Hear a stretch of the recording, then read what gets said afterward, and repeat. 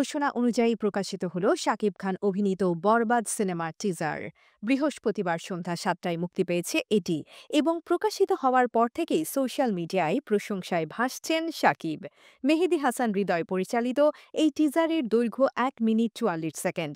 শুরুতেই নির্মাতা অস্ত্রের শাড়ি প্রদর্শন করে দর্শকদের মধ্যে উত্তেজনা সৃষ্টি করেছেন। এরপর ক্ষুব্ধ মিশা সওদাগরের উপস্থিতি এবং শাকিব খানের আবির্ভাব। পরে দৃশ্যে ধর্ষণের শিকার এক নারীর গগন বিদারী চিৎকারে কেঁপে ওঠে পর্দা। টিজারটি যেমন এগিয়ে যায়, রহস্য তেমনি ঘনীভূত হতে থাকে।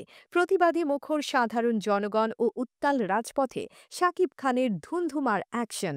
ক্ষোভের আগুনে পোড়া শাকিব যখন প্রতিপক্ষের রক্তে হলি খেলায় মেতে ওঠেন, তখন তার চরিত্রের বৈচিত্র্য চোখে পড়ে।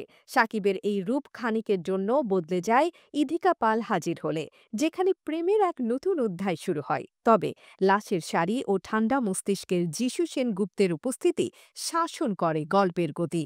টিজারের প্রতিটি দৃশ্যেই শাকিবের লুক, অভিব্যক্তি ও রোম্যান্স ভক্তদের মনে দোলা দিয়েছে। বরবাদ সিনেমাটি মুক্তি পাবে ঈদ উল ফিতরে, যা দর্শকদের জন্য নতুন আশার আলো নিয়ে আসবে।